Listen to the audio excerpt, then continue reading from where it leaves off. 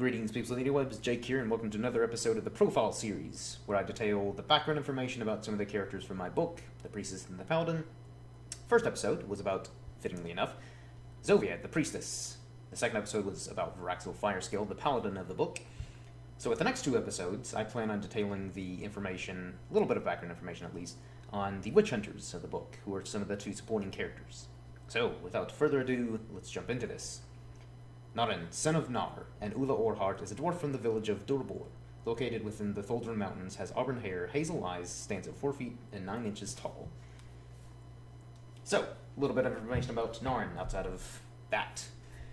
So he's a veteran of several wars, and he worked as a mercenary for a pretty good chunk of his life. Just grew up in a rural village and kind of wanted more in life. So he kind of started traveling and found himself in mercenary work. And so again, fought in several wars, but then after a while he kind of realized that that wasn't really what it wanted, because war is terrible and nobody likes it.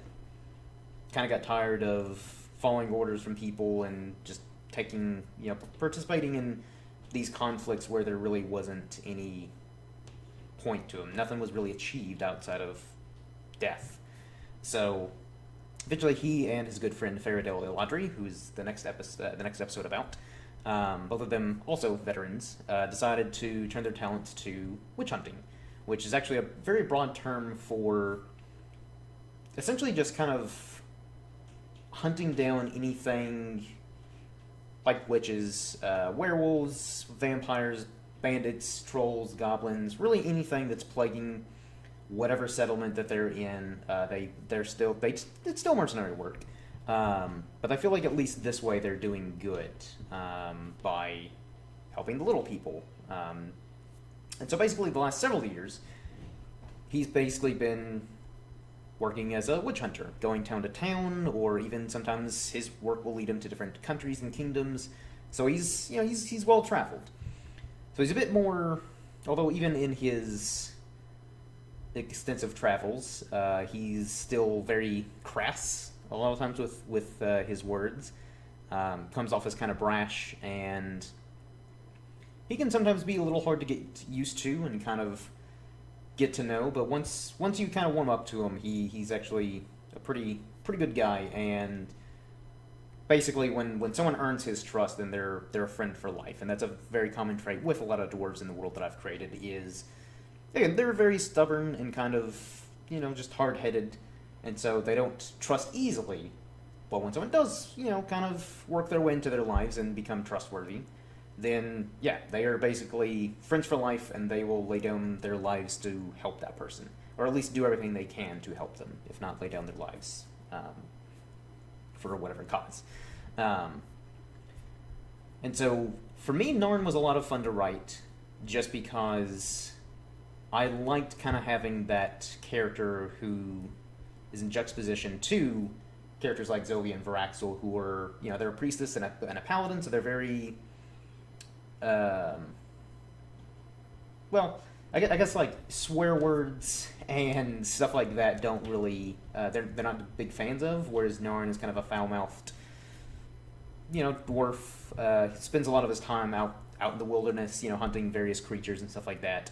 So he's just very blunt, with his words, which again is kind of why he's a little crass at times. And Varaxel even has to kind of get on him every now and then, tell him to kind of watch his language, because that's just who that character is. Because again, Náren is just very, he is what he is.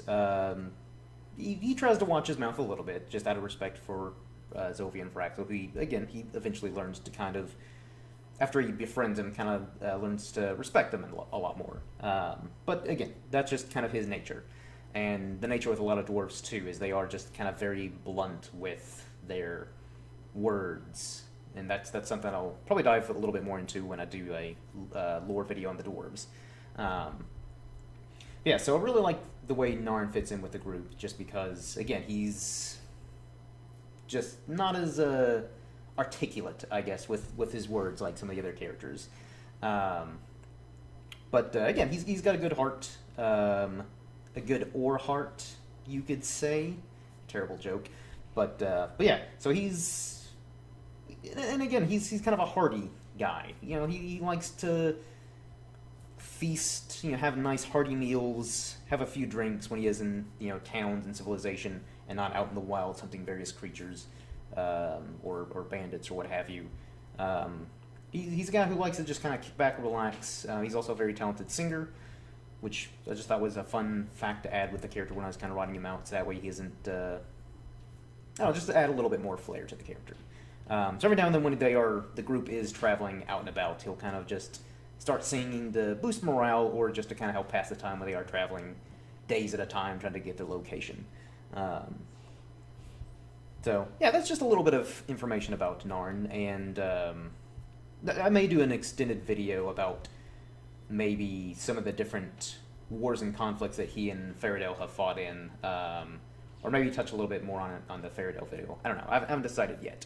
But yeah. So basically, the main things you need to know is that, again, dwarf,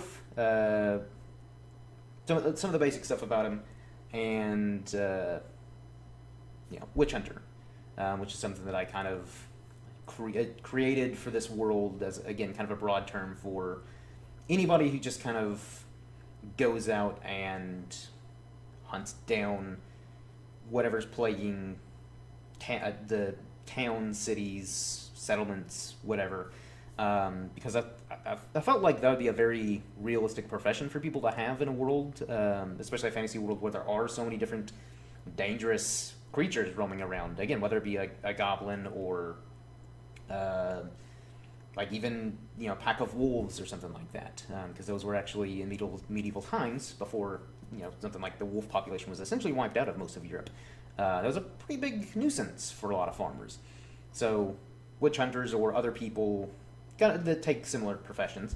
Some of them are just local guys who stick to their area, maybe venture out like a day or two from like their home town or whatever.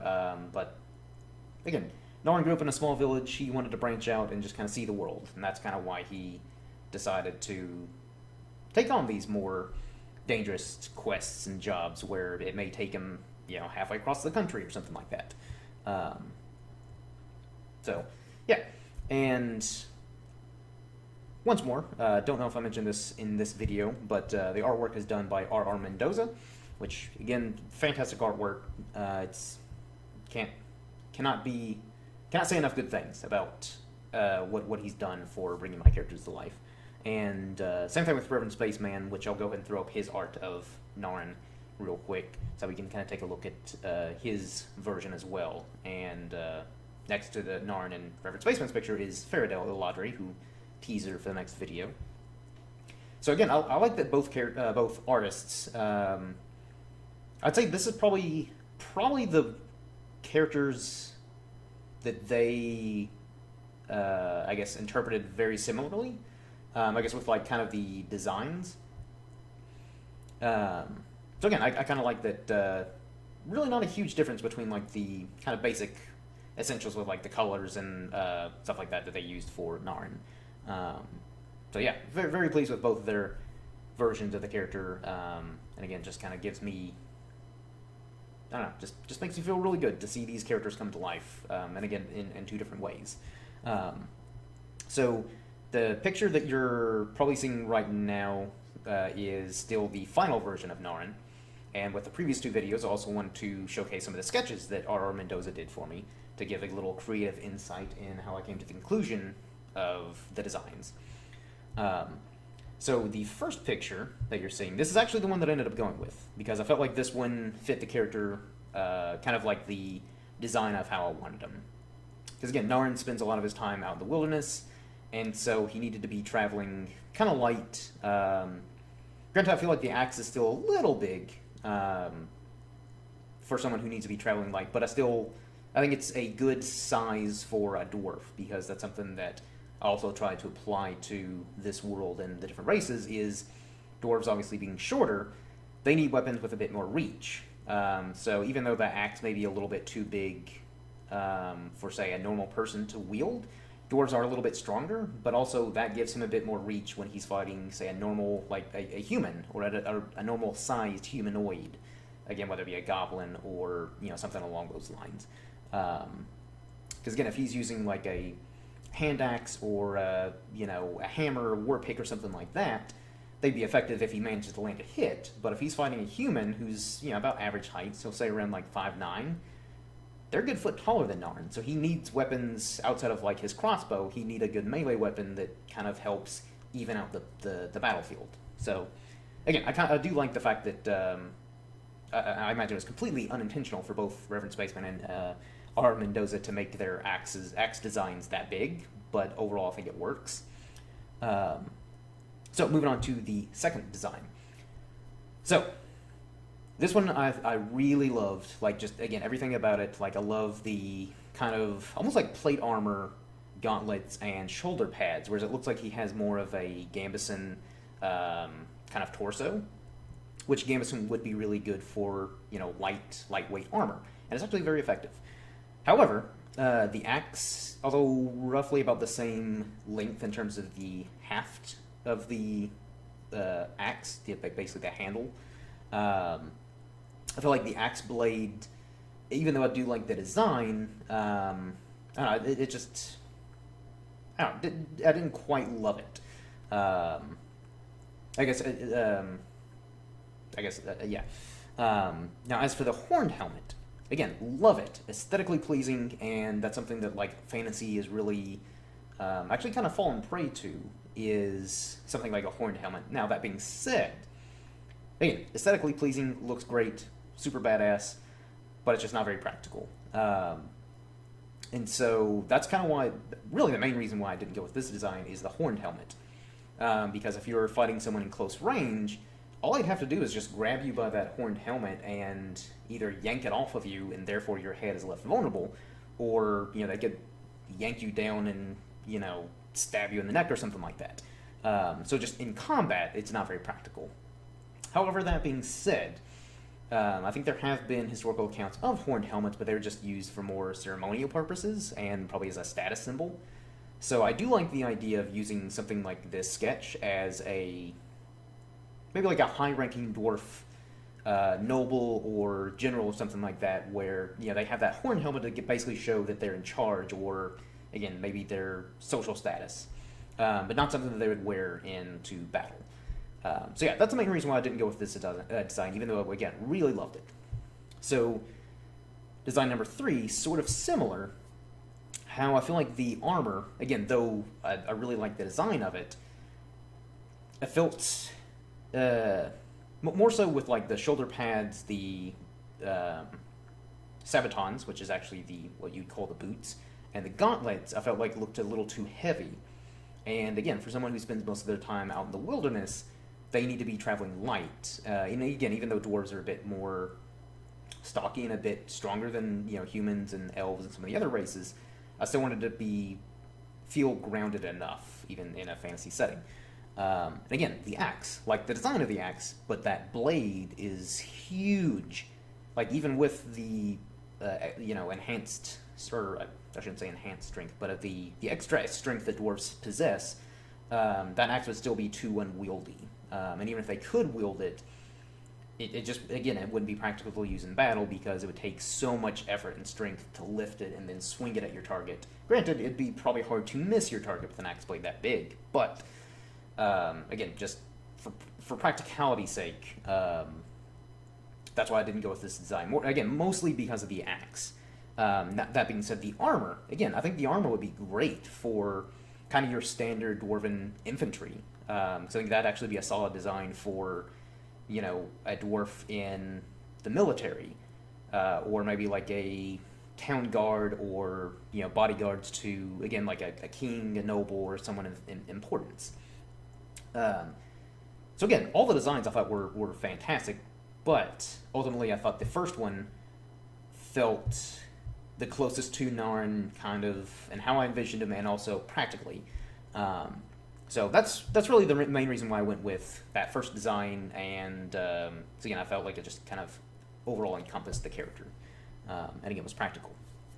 But as I've said with all the other videos so far, don't be surprised if you see some iteration of those sketches in future books, or, you know, maybe just in the back of the book too. You know, I would like to include these sketches in the back of the book, just again for fun little stuff for the readers to check out. But that pretty much wraps up this video. Hopefully you all have enjoyed this character profile series. And again, I've been pretty consistent with uploading these on a weekly basis, so hopefully by next week I will have the script finished for Fairadale, and we'll have that video uploaded as well. Then after that, I'm probably going to start lore series based on like the different kingdoms, races, mythologies, all that stuff. Is just kind of a matter of what I want to start with. So if you all have any suggestions on what you want to hear more of, leave your comments below. Or you can just tweet at me on Twitter, at IrishmanJake. I'll leave the link to my Twitter below if you do want to tweet at me. But yeah, so that wraps up this video. Hopefully you all have enjoyed, and until next time everyone, cheers.